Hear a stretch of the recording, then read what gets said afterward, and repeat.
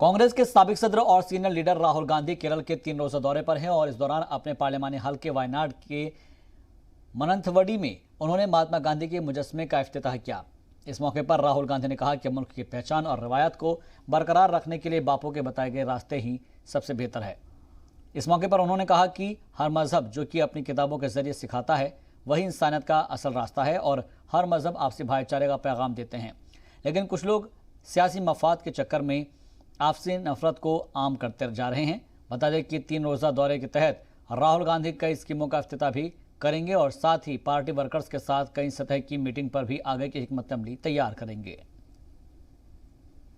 This statue, of course, does not just represent a person. So when we look at this statue, we do not just remember Mahatma Gandhi ji, we also remember his actions and the way he lived his life. And the powerful thing about Mahatma Gandhi was that whatever he said, he put into action. So if he said India should be a tolerant country, then he behaved in a tolerant way. If he said India should treat its women with respect, he treated women with respect. If he said that India should be a secular country, he himself behaved in a secular manner. He had the Gita, the Quran and the Bible, the Guru Granth Sahib as his guides. So for our leader Mahatma Gandhi, India was not something that was outside him. It was not a geographical line. It was a way of living your life. It was a way of behaving with other people. Today, we hear many people who say they want a country that is fair. So for me, this statue is much more about practice than it is about the personality. Congress के साबिक सदर राहुल गांधी 3 रोजा केरल के दौरे पर है और इस पर बात करने के लिए हमारे साथ जी मीडिया नुमाइंदे आशिफ इकबाल बराह रास्त जुड़ गए हैं। सीधे उनका रुख करते हैं। आशिफ, 3 रोजा दौरे पर राहुल गांधी केरल पहुंचे हैं और वहां पर उन्होंने बताया कि किस तरीके से लगातार लोग सियासी मफाद के चक्कर में आपसी नफरत को आम करते हैं, लेकिन कोई सा भी मजहब इस बात को नहीं सिखाता है। साथ ही साथ उन्होंने आगे की हिकमत अमली पर चर्चा करने की बात कही है।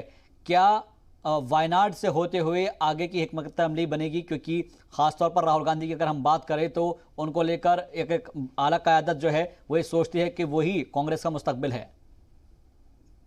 देखिए, बिल्कुल शहबाज, जैसा आप सोच रहे हैं बिल्कुल वैसा ही कांग्रेस के तमाम वर्कर भी वही सोचते हैं जी।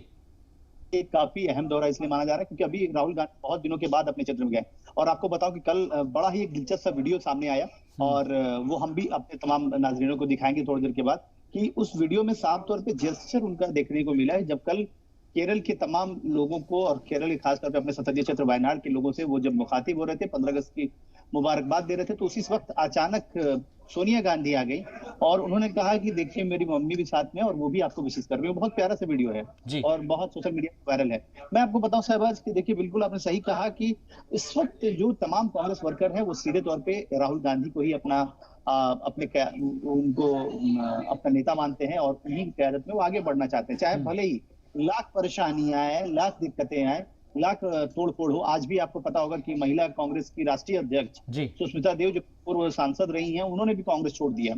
तो ये बात बहुत साफ है कि राहुल गांधी से कांग्रेस वर्करों को बहुत उम्मीद है। ये अलग बात है कि कुछ नेता जो हैं वो मुखर हो गए हैं G23 के नाम पे।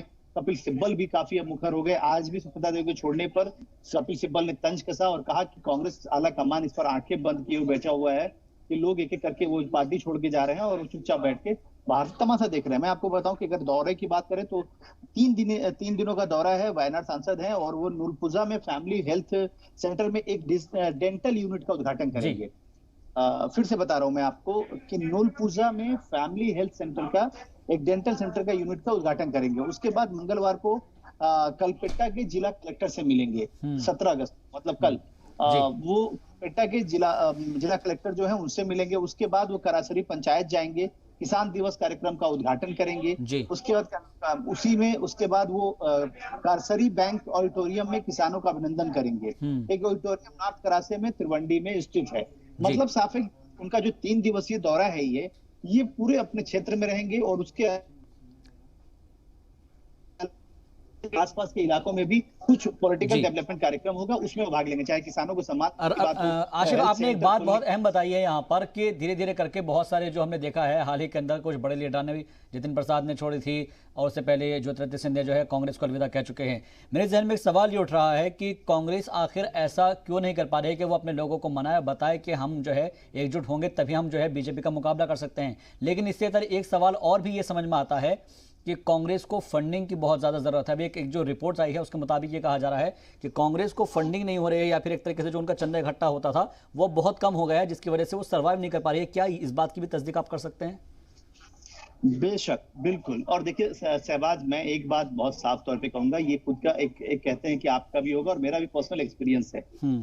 कि चढ़ते सूरज को सभी प्रणाम करते हैं, सभी नमस्कार करते हैं, सभी जिंदाबाद करते हैं। आज वक्त बीजेपी का है। जो लोग मुस्तैद और मुत्तहिद हो पाए ये बड़ा कम है।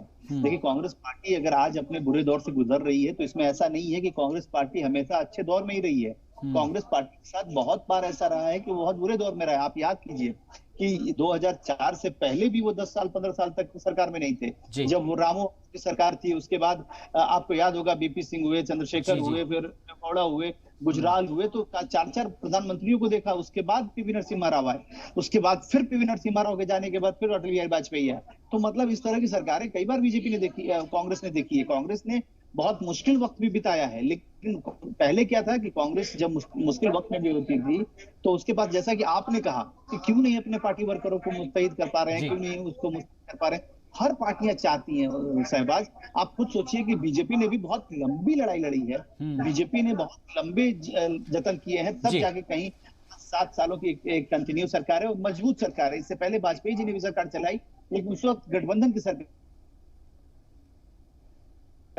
आज गठबंधन है लेकिन सिर्फ नाम की गठबंधन की सरकार है। आज मजबूत सरकार है, बीजेपी और प्रधानमंत्री नरेंद्र मोदी की सरकार है, ये सभी लोग जानते हैं। तो ये बात साफ होती है कि जब सत्ता जिसके पास होती है उसके पास सभी झुकना चाहते हैं, उसके पास सभी उसके साथ मलाई खाना चाहते हैं, और कहा भी जाता रहा है सत्ता की मलाई सब खाने के लिए तैयार रहते हैं। बिल्कुल बिल्कुल, बहुत बहुत शुक्रिया आशिफ इकबाल हमसे जुड़ने के लिए और अपना नजरिया इसके ऊपर रखने के लिए, हमें बताने के लिए कि आखिर आने वाले वक्त में जो एक तरीके से राहुल गांधी का जो दौरा है उसके लेकर भी कई सियासी मायने निकाले जाएंगे और खासतौर पर अगर हम नॉर्थ इंडिया की बात करें तो वहां पर भी उनको काफी मेहनत की जरूरत है।